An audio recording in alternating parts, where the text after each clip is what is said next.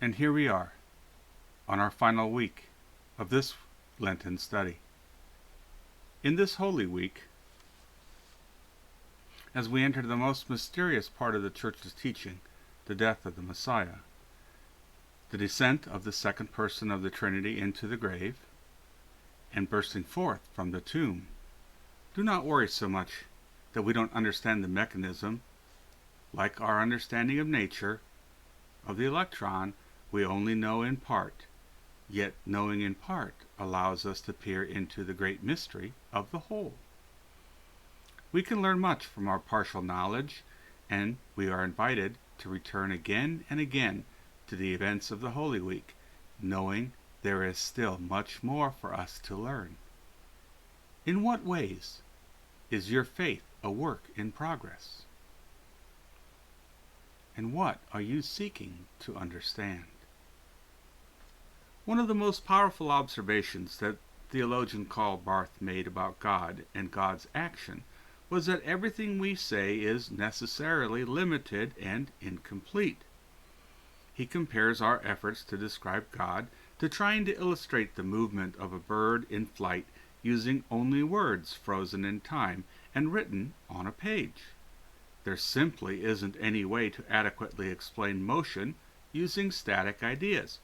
A movie would work better, but even that is two-dimensional, and only an approximation of what really is happening, because we can't experience the wind, the light, the rush of the wings against the air.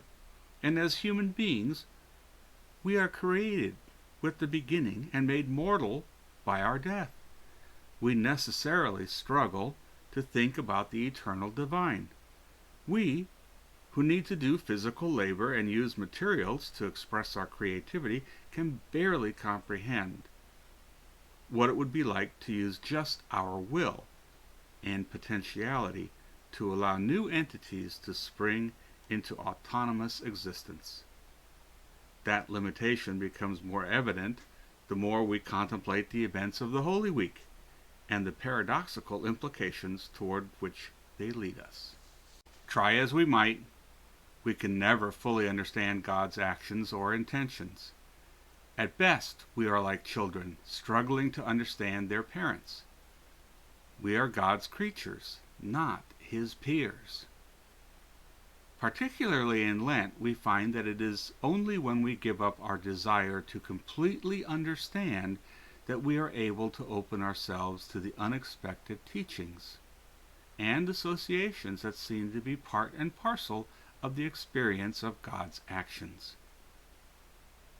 We start our look this week at the oddly portentous conversation between Jesus and Pilate at the judgment seat.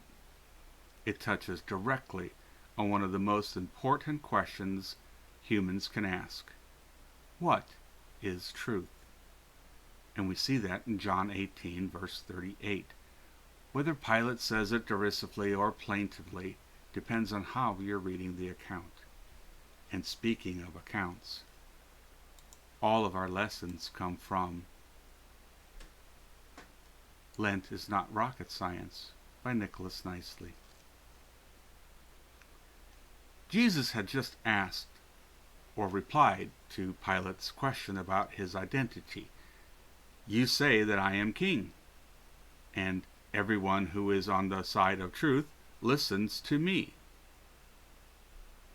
If we imagine a hard-boiled, politically savvy Pilate, you can almost hear the snort of derision in his response when he asks, "What is truth?" If we imagine a man caught up in the epic moment of events with cosmic import, you can hear a tone of desperation in his question. Jesus doesn't answer Pilate's question. The reason he doesn't answer is something we need to think about.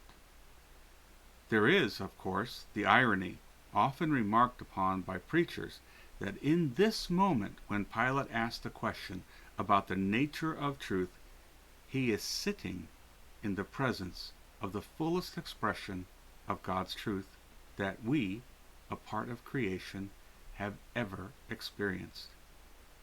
Perhaps Jesus doesn't answer because his very presence at that moment is the answer. After all, he is the truth, the light, and the way. Or perhaps Pilate's question is a theophany, an appearance of God to a mortal being. Sort of what Job experienced when God spoke to him out of the whirlwind. In the book of Job, that righteous man asks again and again to have a chance to confront God and ask why.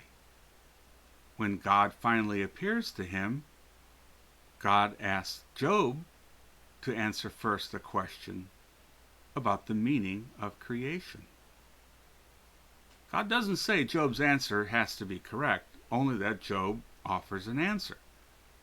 But Job doesn't or can't answer. The account isn't clear about that. Job, having encountered God, becomes silent. A rabbi once explained that silence as an expression of Job's realization that it is ultimately impossible for a created mortal to begin to fully understand the actions of an uncreated eternal being. Why do you think Jesus kept silent when asked the question? And what do you think is the answer offered by that silence? When Einstein first wrote down the equations that are at the heart of his theory of general relativity, he noticed that his equations, as written, indicated that the universe would be unstable. According to his work, the universe would either be expanding or contracting, and never found in a constant, stable state. So after some thought, he included a term in the equation, the cosmological constant, that had the primary duty of balancing the inherent instability of the structure of space-time. A few years later, Edwin Hubble published his discovery that the universe was in fact expanding uniformly in all directions. Instead of a stable, eternal universe that people believed had to exist, the universe turned out to be moving outward for some reason, and Einstein later called his unwillingness to trust his equations and predict the instability of the universe that Hubble later found as his biggest mistake of his life. Einstein then removed the arbitrary constant that he had included, and Hubble's work was seen as one of the key validations of his theory. But decades later, astronomers studying the distant supernova noticed that at the rate of expansion of the universe was not a constant, as Hubble had seen. With their more precise and their ability to see much further, they showed that the edges of the universe, the rate of expansion, was accelerating for reasons completely unknown.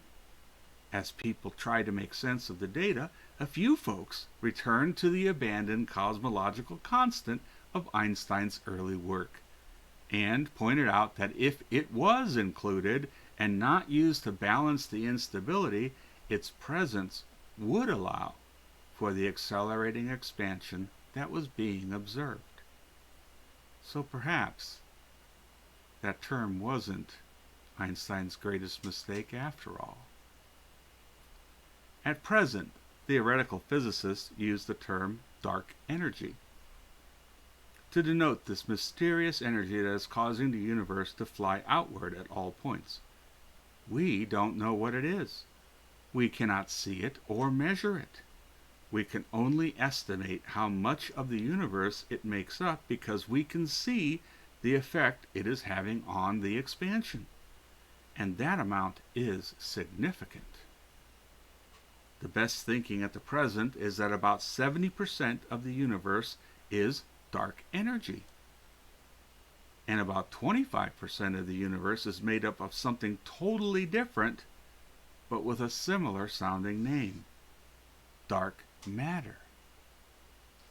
The darkness refers to the fact that the energy and the matter in both cases do not emit any light.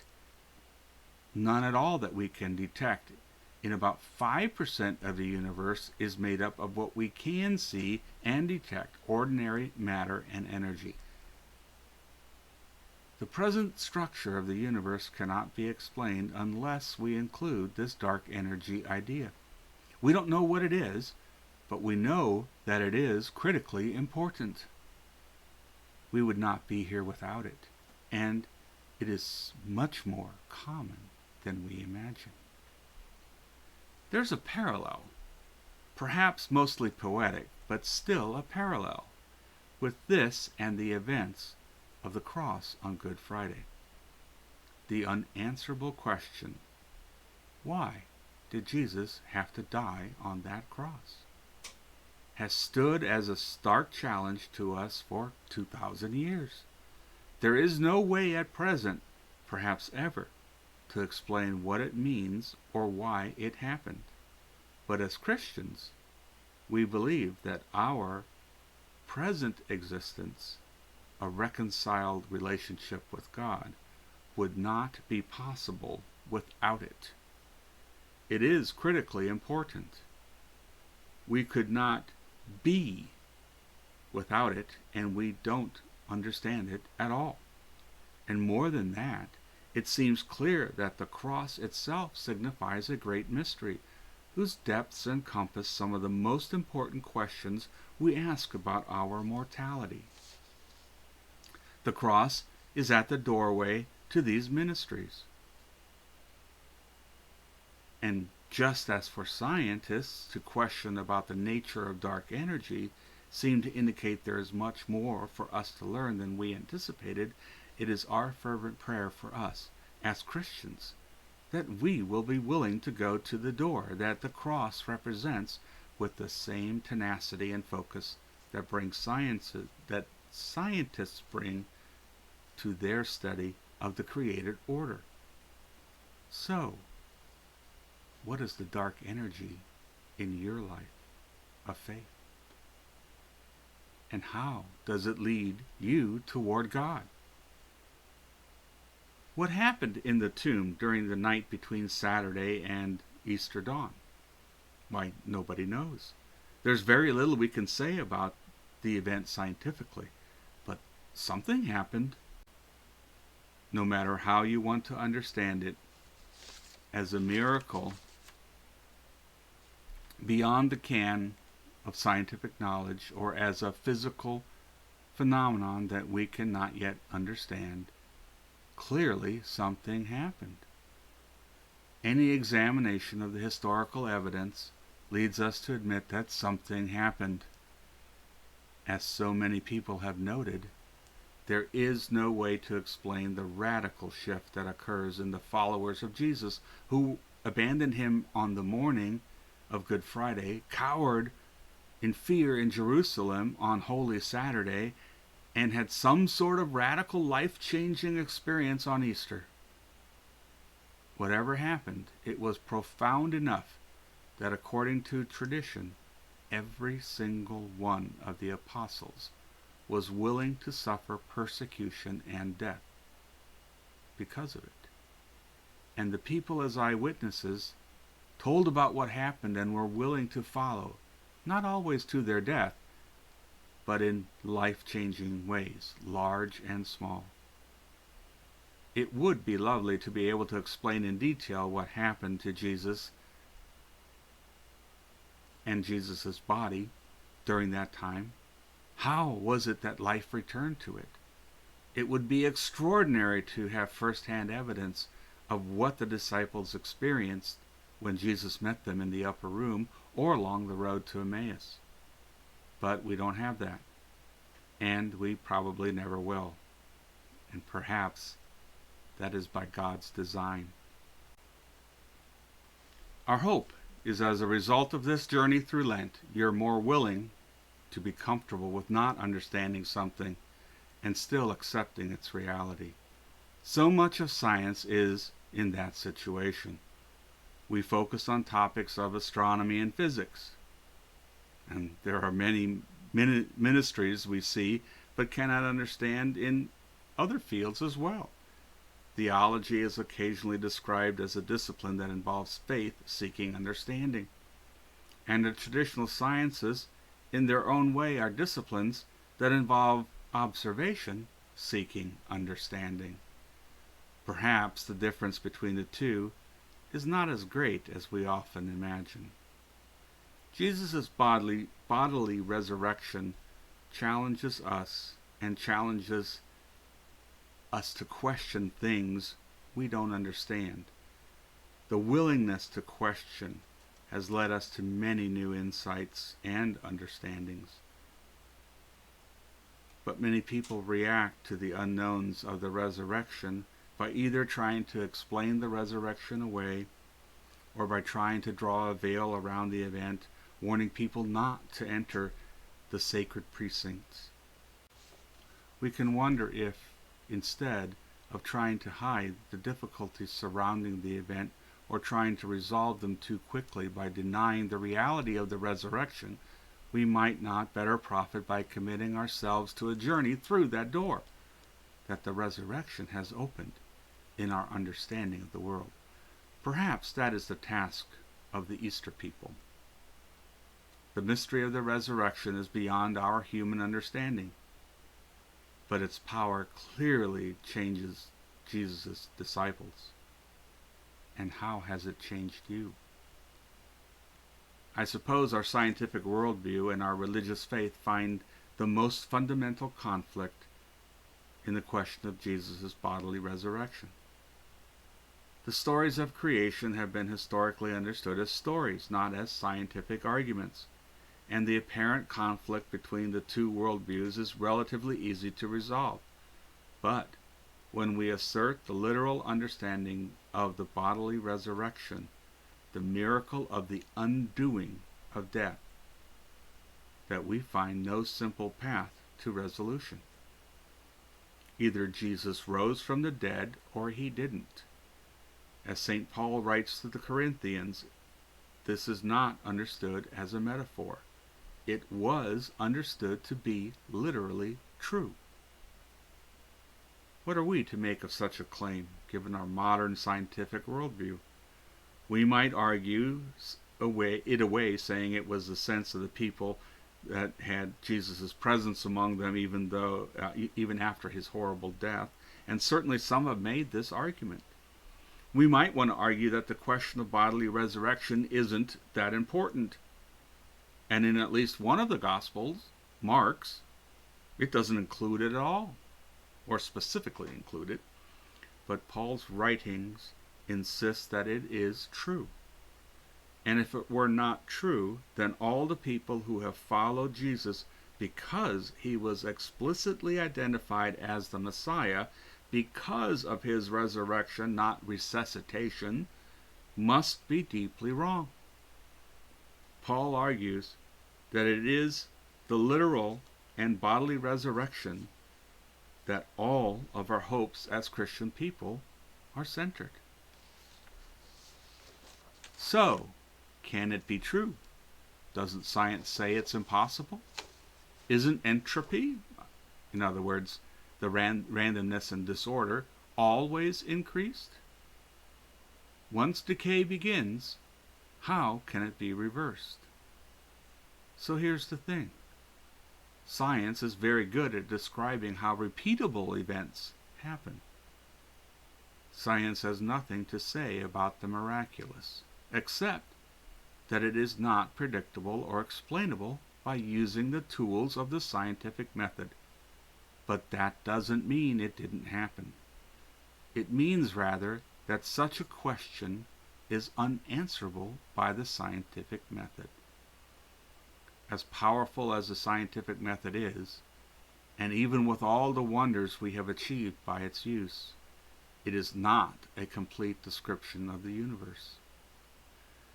As we have discussed in our study, there are many things that are true that cannot be logically proven to be true. Such is the case with the miraculous, and particularly with the central event of the Christian faith, the resurrection. As many have pointed out, the proof of the resurrection is not found in a scientific understanding of what happened. It is found in the lives of men and women who, having experienced it, are willing to die to proclaim its truth to those who had not seen it. If you are asked to prove the truth of the resurrection, the only argument you will be able to make is that of the life you are leading. Alleluia! Christ is risen. The Lord is risen indeed. Alleluia! Enjoy your Easter.